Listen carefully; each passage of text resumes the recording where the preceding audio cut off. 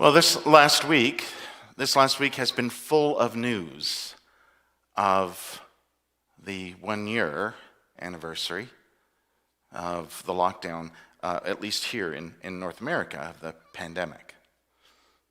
A little bit longer in the rest of the world, perhaps. But this past week, everyone from late night talk show hosts to newscasters were talking about it being 1 year. It was observed by some world leaders as a moment to consider all that has been lost and broken in the last year. Also a time to consider perhaps some of the things that have come from those things being lost and broken in the past year. But there's been a lot. And that's just the pandemic part of that, right? I mean, the rest of the world didn't just stop doing stuff. And yet it did. Right? We stopped doing things, but we didn't stop some of the things that have been challenging us. Discrimination didn't stop. Politics sure didn't stop. Anger, hate, didn't stop. Things didn't stop completely.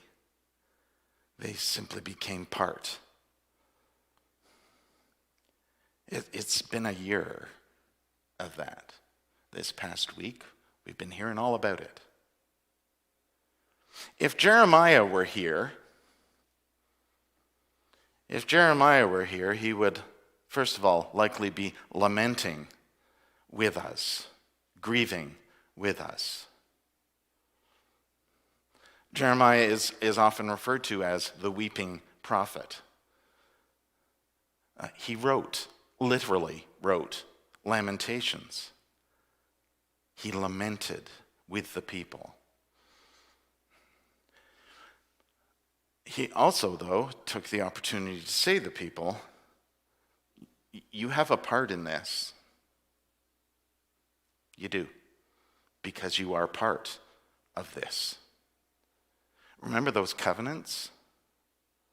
Remember those covenants that were broken.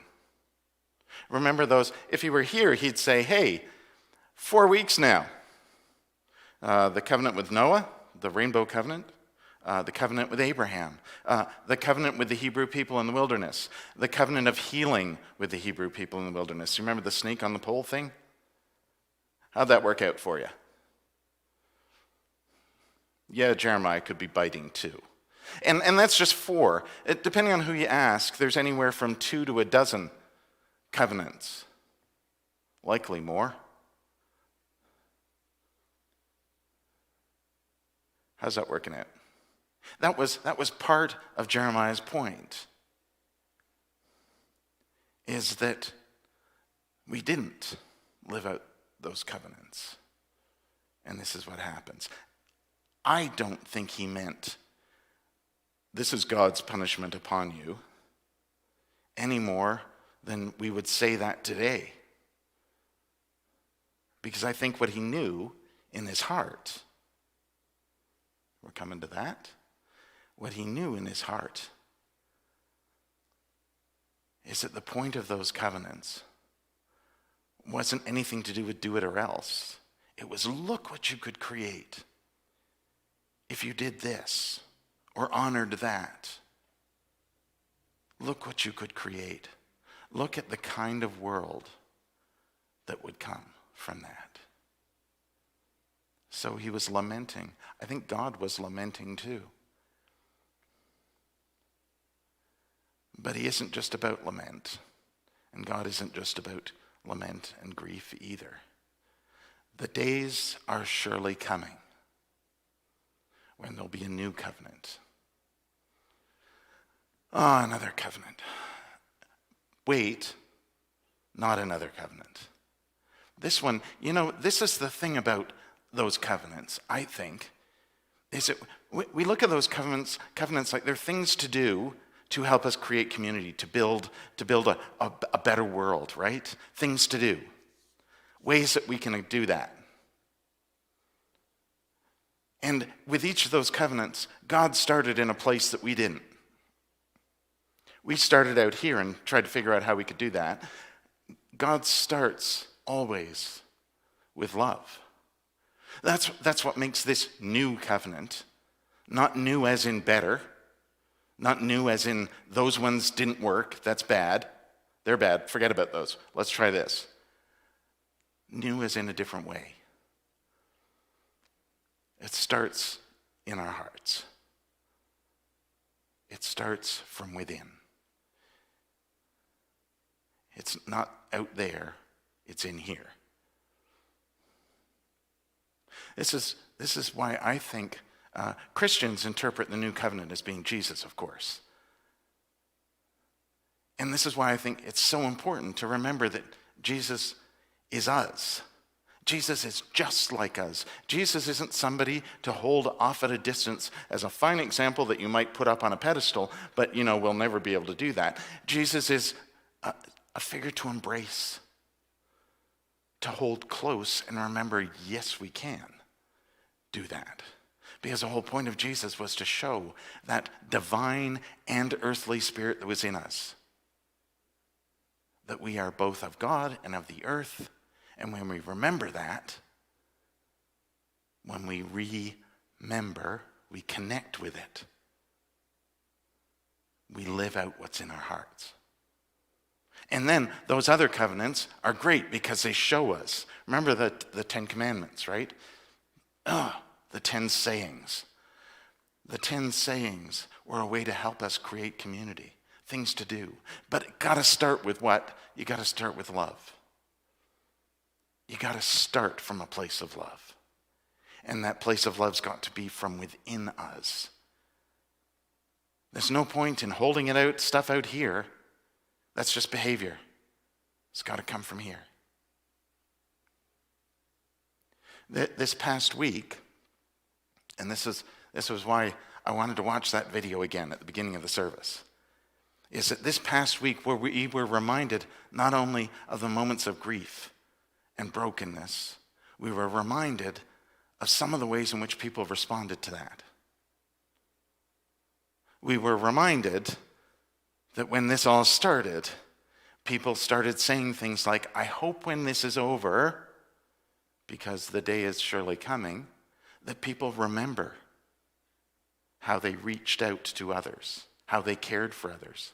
That people remember with appreciation the people who had the courage to be first responders, frontline people, not just in healthcare, but in the many, many supports that we have in our lives. That people remember those moments where people sang. They remember those moments when people brought food to others. They remember those moments where people just checked in on some elderly people in their neighborhood. They remember those moments when people tried to stay connected in a different way.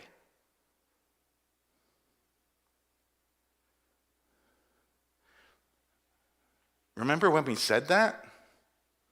Because it was about 8 months ago or so, and then we kind of fell back into our own ways there of not necessarily living that or appreciating that. Oh, sure, there was moments, there were glimpses. Let me say that again, there were glimpses. Because I think that's what that is. It's one thing to look back and go, we should remember that we did that. It's another thing entirely to see that moment as a glimpse of what could be. To see that as not just a moment in the past, but something we can make happen everywhere, always. A moment of living out what's in our hearts.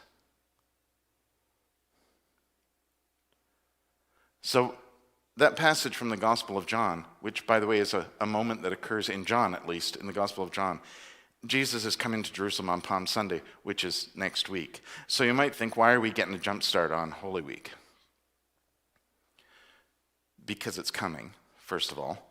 Secondly, there's a lot in this passage from John. There's a lot. In fact, you might find yourself coming to the end of this passage, just this one little piece of John, and thinking to yourself, what's that about? Not having remembered that opening moment of, we'd like to see Jesus. Oh, that's right.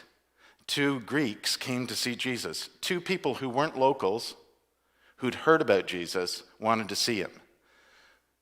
And do they get to see him? There's nothing that says they do. In fact, Jesus is such a celebrity at this point that they ask somebody if they can see Jesus, and that person has to go and ask somebody else, and then they have to go and ask Jesus if it's okay. And does Jesus say, sure, bring him on in, or go out for a meet and greet? He starts talking about it's time.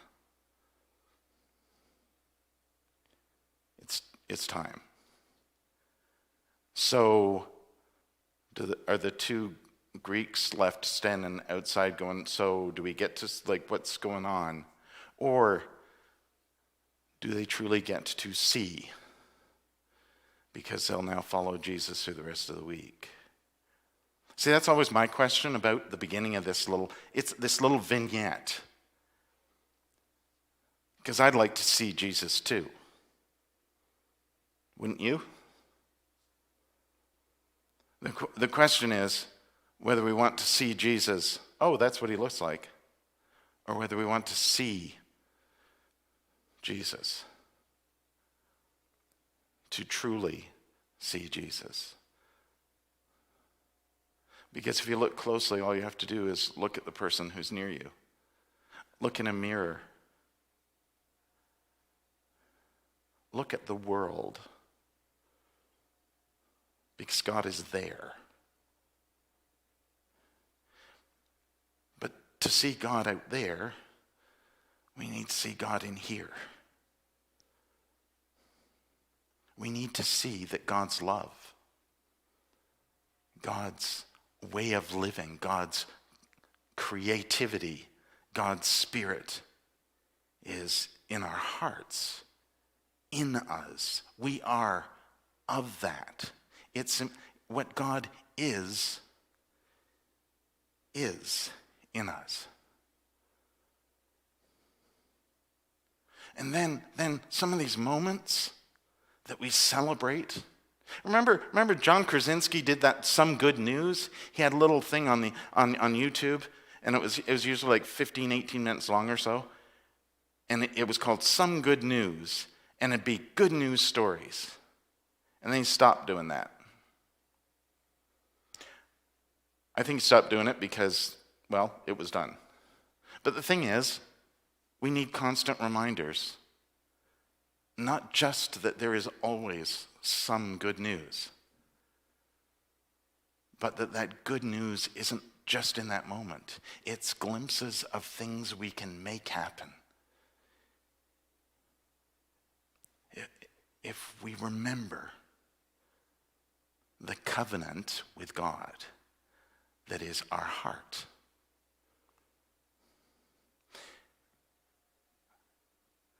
We need to let go of the walls that we build around it. We need to let go of the stone that is our heart and find a living heart, a living expression of what God is in us. It's not easy. It's not always successful. It's got lots of challenges. We know that.